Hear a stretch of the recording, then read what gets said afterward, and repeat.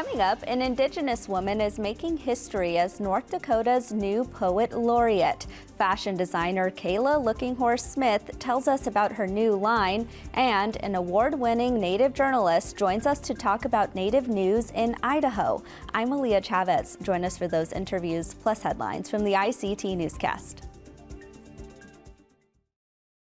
This program is made possible by the Corporation for Public Broadcasting, a private corporation funded by the American people.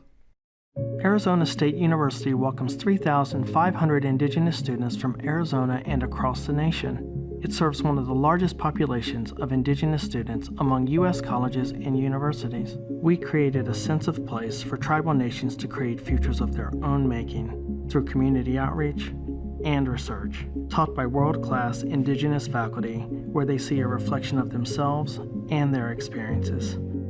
Find community at ASU.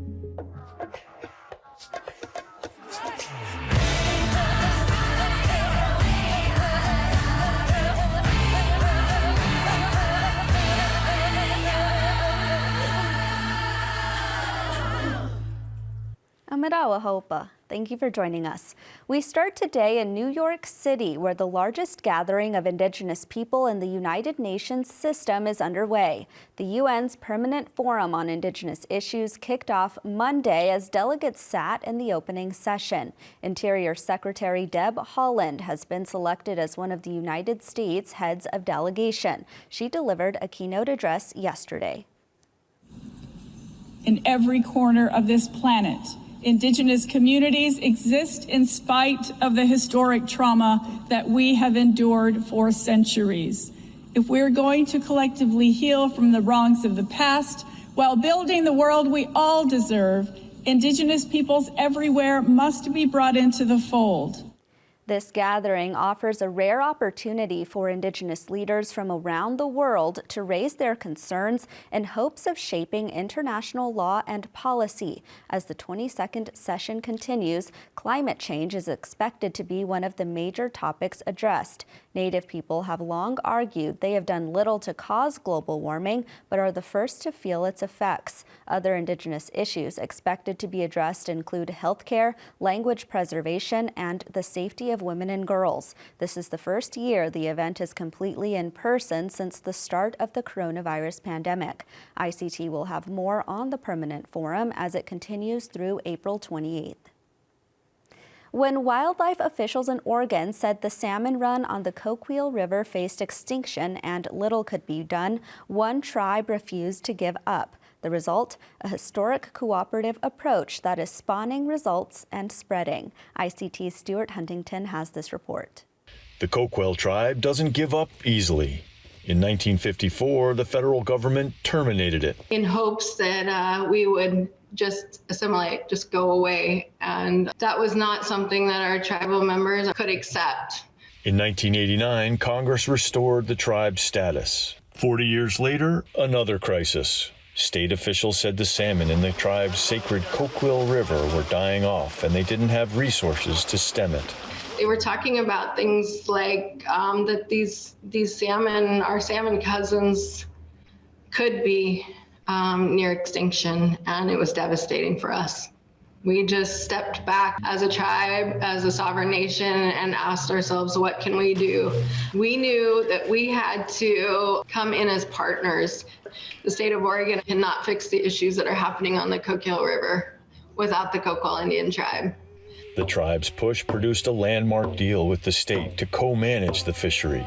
Now, nearly a year old, there are signs of success. The goal that the state had established for collection was 150 total fall Chinook, 75 males, 75 females, or 75 pair.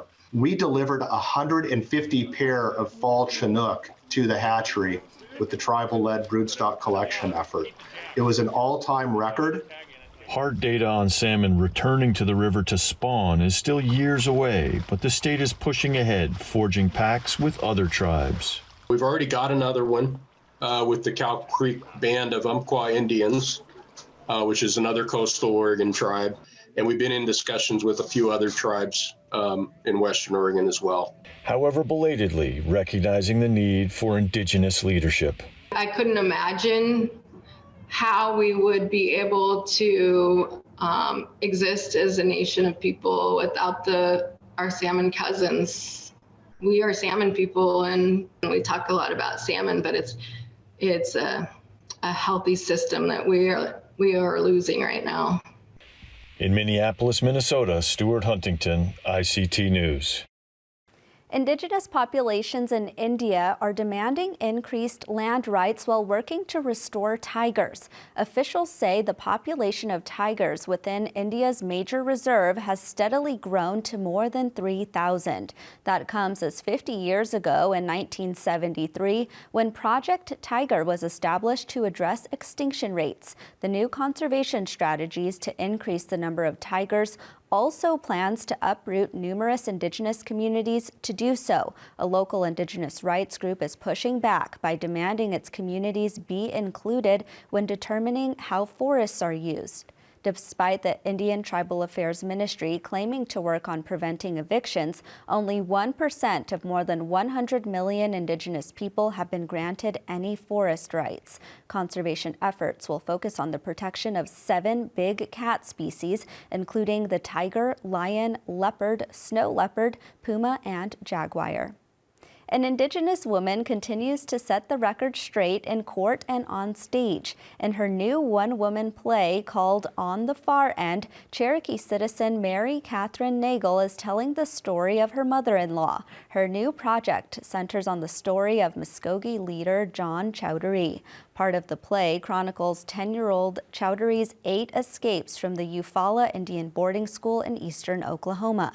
The play spans the 52 years of her life spent advocating for Native American rights, raising children, and struggling with addiction. Nagel hopes the play brightens the spotlight on Native women, who she says are less frequently acknowledged for their contributions to history and culture.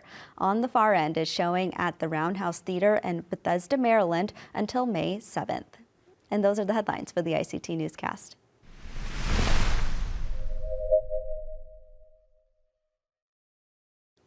Turtle Mountain Ojibwe citizen Denise Lajimodiere has etched her name into the history books. She is the state of North Dakota's first Indigenous poet laureate. She has published many award-winning books of poetry, and aside from that is considered a national expert on the history of Native American boarding schools.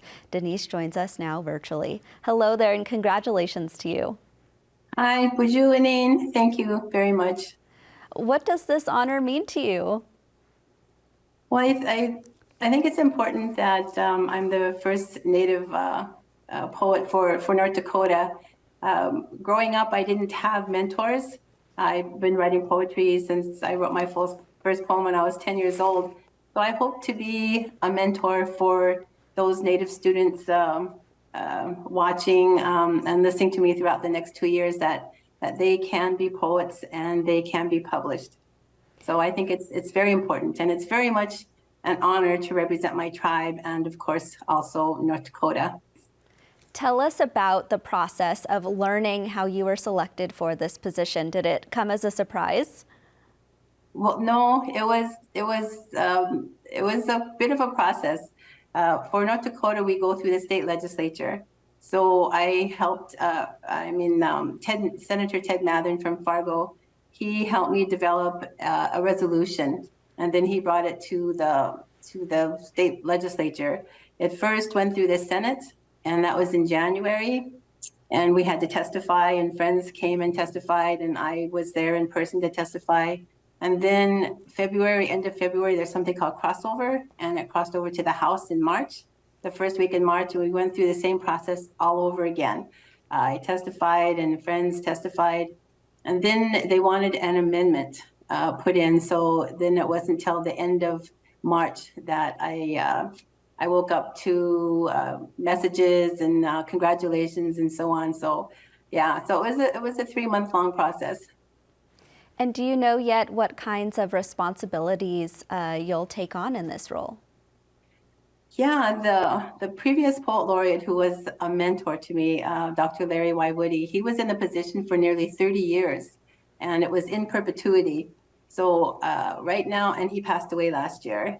So right now I'm working with the Kim Kanikow, the State Council of Arts. And we're working together to figure out just what exactly our duties are, my duties might be. But of course, it's just to share the beauty and of reading and writing poetry.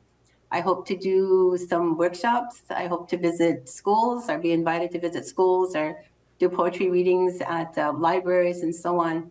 So we're still sort of working out exactly what my duties would be. Can you tell us about what first inspired you to become a writer when you first started?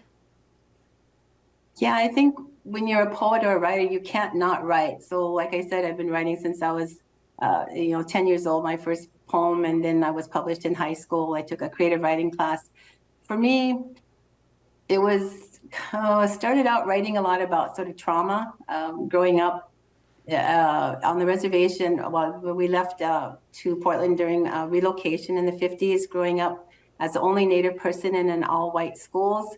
I experienced a lot of racism, and so did my family. So a lot of my poems has to do with just healing. They're just a lot of personal healing. So a lot of personal stories. So that's what poetry has helped me, and I hope to share that also with whoever I speak to in the next 2 years. Speaking of healing, we know that the boarding school era is something that we're hearing stories about from across Indian country. How does your work highlight boarding schools in North Dakota? Well, I became interested in boarding schools listening to my parents talk about their experience at boarding schools, and I interviewed my grandfathers and their experiences. I interviewed them in the 80s when they were in their 80s. So I heard some pretty horrific stories, and also we relocated to Portland, and my father was sent from North Dakota to Chemawa, Oregon. So as a professor, I decided to do a qualitative interview study about boarding school survivors. So then that developed into my book, Stringing Rosaries. So that was, about a 10-year process of just writing that book. And after Kamloops happened, our relatives across the medicine line told media, well, you better take a look at what's happened in the United States. The same thing happened there. So between my book, Secretary Deb Haaland being in place, and the National Boarding School Healing Coalition, became more of a national awareness of boarding schools. As a professor, I've been doing a lot of talks about my research to other universities and so on the last 10 years. And most of the time, very few people knew about the boarding school era. I had a producer call from California, and when they got online, they go, "We just heard about boarding schools 2 weeks ago." So I just go, "Oh my goodness." But I don't blame them. I said, because it's not in the history books. We weren't even written into the history books. So it's been, I've done probably over 60 interviews in the last 2.5 years since Kamloops, and I just got a call from a producer this morning who's starting to work on a boarding school TV show or movie. So it's very heartening for me to see that, what my people, when I interviewed the people, they said, please tell the world what happened to us. So I will continue doing that through these interviews and through books, and in my poetry also. I have quite a few boarding school poems. Well, Denise Lajimodiere, the first Indigenous Poet Laureate from North Dakota, thank you so much. Thank you. Miigwech.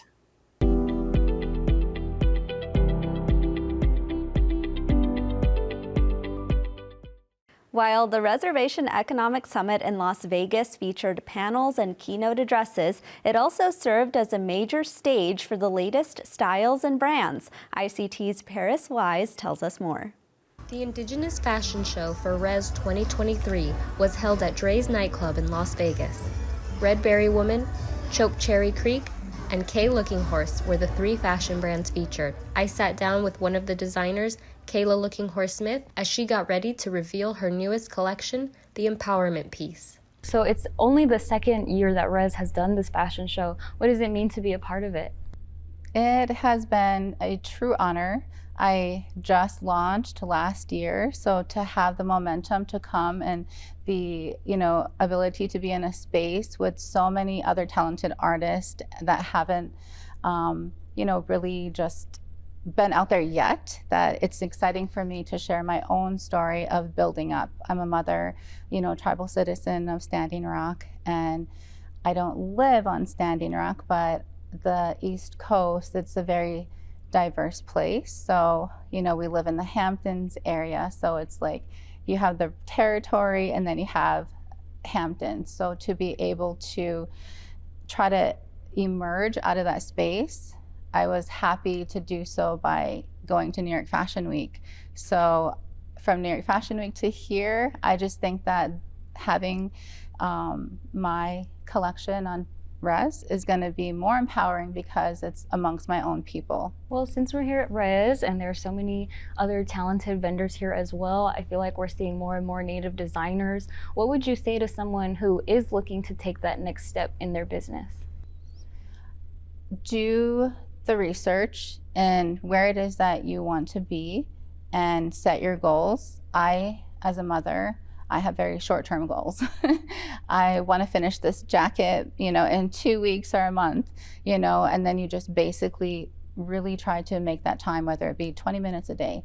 I think short-term goals to get to your big long-term goal has really helped set my personal brand up for success. So I have to work off of my family schedule. So 3 a.m. to 6 a.m. is my prime time. I'm like, go, go, go. And, so really thinking about what works best for you as a business owner, what works best for the people in your immediate family, because what you're doing shouldn't take away from who you are and your family home life. Because I feel like when you have that structure in place, anything else that comes in, whether it be a challenge, whether it be, a gift, it's all based around the structure of your family. You mentioned you showed at New York Fashion Week last fall. How has your business evolved in such a short amount of time? I think, I really have been truly blessed to have so many people that have just got my back, and developed those personal relationships with makeup artists, with photographers, with models, and just really trying to share who I am as an individual. And I think that my energy and what I really want, not just for myself, but the people around me, exudes more than what, a garment can do. So that's what I really want to do, is transform the concept of empowerment, what that looks like in Indigenous fashion. It's just so much more than just clothes. You're really supporting a lot of other people on your journey. So what has the response been, since you've started this brand, and what are you anticipating the response to be in this show?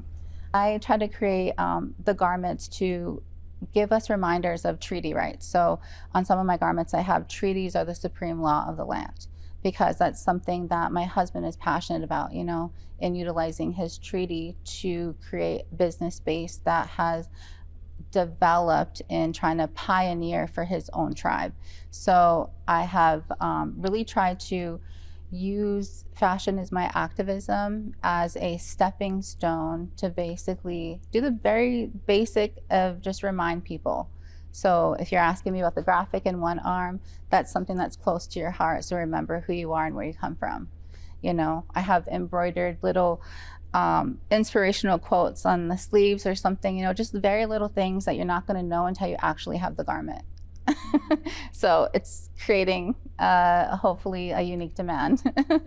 Well, what has it been like? Can you walk us through what it's like preparing and executing a fashion show?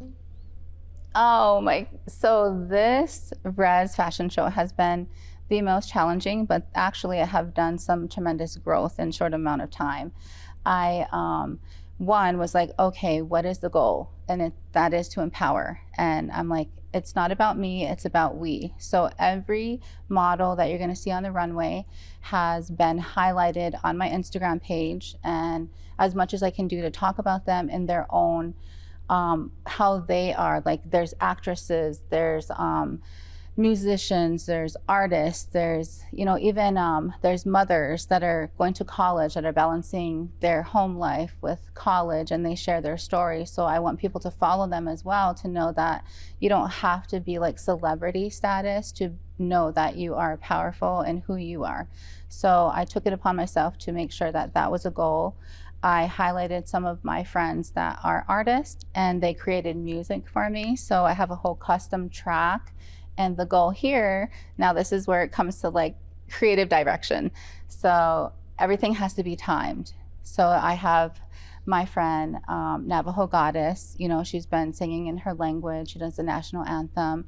When her song comes out, she's gonna come out. I have my friend Defi. When his piece comes out, he's gonna come out.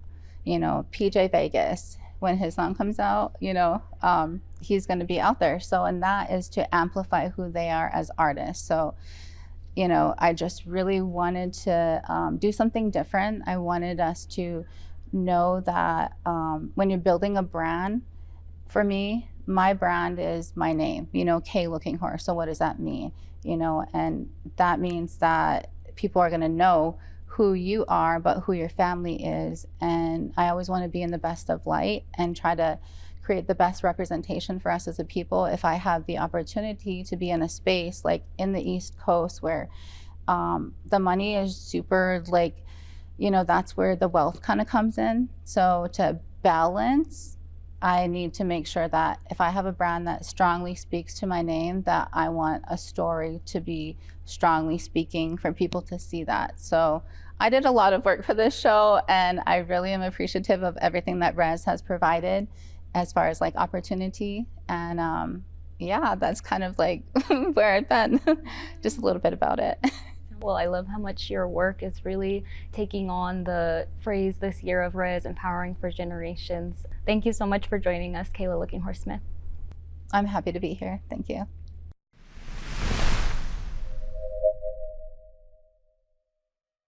Shoshone-Bannock and Dene citizen Rosalind Yazzie is the assistant editor for the Showban News located in Fort Hall, Idaho. Yazzie has been in the field reporting for 17 years, covering everything from education to tribal government. You may recognize her voice here as she also contributes stories on our newscast as a freelance journalist. Hi, Rosalind. Hi, how are you? I'm doing well. I want to jump right in here because I want to make sure that our viewers learn about Showban News. Tell us about your mission. So our mission is to report our news to our tribal people in a fair, accountable, and ethical manner. And we do a lot of news on past events as well as present events, all to document and make it available for our future, to look back on. Showban News is one of the last tribal media outlets that still produces a physical paper. Why is that important for your community? It's important because we are in a rural area. There are some people that don't have internet here. We also find it really important to get our news to our elders who still enjoy holding something, who still I came from a generation from where my grandma used to clip out all of our newspaper articles whenever she saw someone she knew. So I think that's important for us to hang on to. Tell us some of the stories from readers who really value Showban News. I love that example that you gave of people who cut out clippings of people that they know. But what is really the value of this in the community? I feel like, the news that we report on is there's no such thing as small news in Indian country. Our Native people love to clap for one another. And I feel like I did a story on a food truck recently, and it was just, it hit my heart. So I know it would hit other people's as well.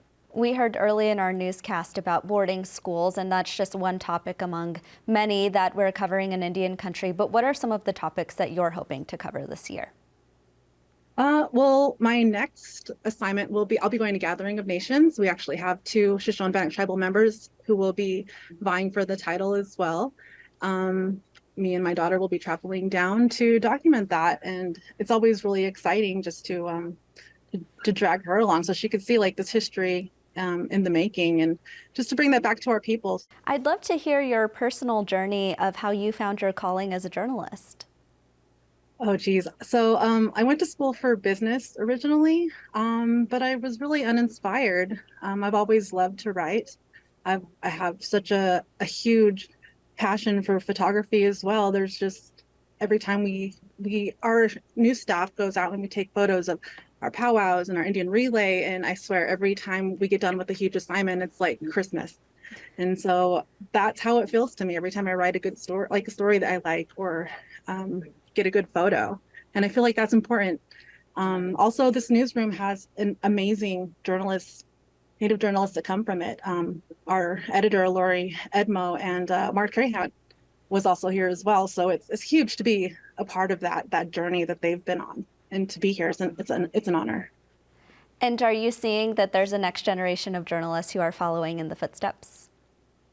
I'm hoping so. The fact that we are all storytellers and we have that's ingrained in us. Like, we can all be storytellers in our own way, especially with social media. You know, you see these kids that are so excited about sharing and making their own platforms, and I think that's great. Well, Rosalind Yazzie, the assistant editor for the Showband News, thank you so much. Thank you. And that's a slice of our Indigenous world. For all the latest, visit ictnews.org. From all of us in the newsroom, stay safe, my relatives.